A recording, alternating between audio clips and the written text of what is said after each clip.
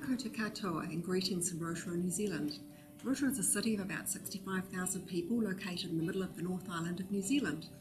We're known as the birthplace of tourism in New Zealand and renowned for beautiful lakes and forests, geothermal features, living Māori villages, and most recently our fantastic mountain bike trails. In 2013, in collaboration with the community, Council developed a 2030 vision that allowed local government leadership for Rotorua to be future-oriented. In 2015, we began developing our strategy for sustainable living, and we're looking for a comprehensive way to approach the task. Rotorua became the first city in New Zealand to join the UN Global Compact Cities programme.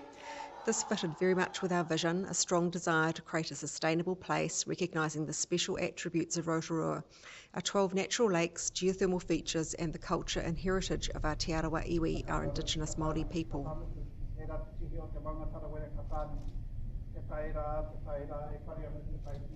We used the City Scan tool to assess how we were doing against the Compact's 10 principles, honestly sharing the results with our community to check we had it right, identifying our strengths and uniqueness as well as weaknesses.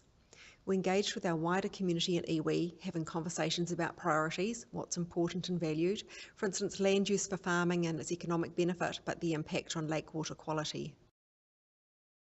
In 2016, the challenges Rotorua faces are similar to other semi-rural cities all over the world.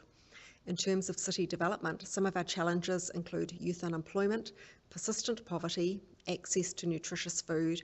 In terms of city sustainability, some of our challenges include environmental pollution, land management impact on our lake water quality, and climate change mitigation and adaptation.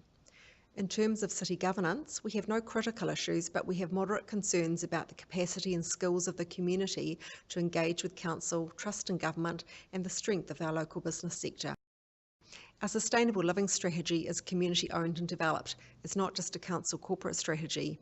The strategy themes are around leadership, collaboration, and innovation and change management. We're supporting development of a number of small-scale community gardens, growing community participation and resilience, recognising heritage plants such as growing kumara. We're developing cyways linking our suburbs to the city centre and the green corridor through our CBD, changing public perception and behaviour.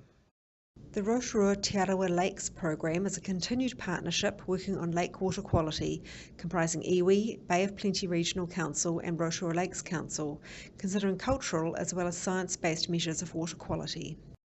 The Puarenga stream restoration involves a range of stakeholders, including Regional Council, Department of Conservation, this council, the Polytechnic, the Whakarerewa School and business. They're all supporting biodiversity through planting, weed and pest control, waterway clean-up, building an adjacent walk and cycle trail.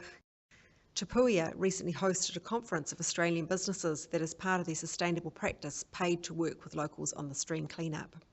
Our treated wastewater has been discharged into our forest.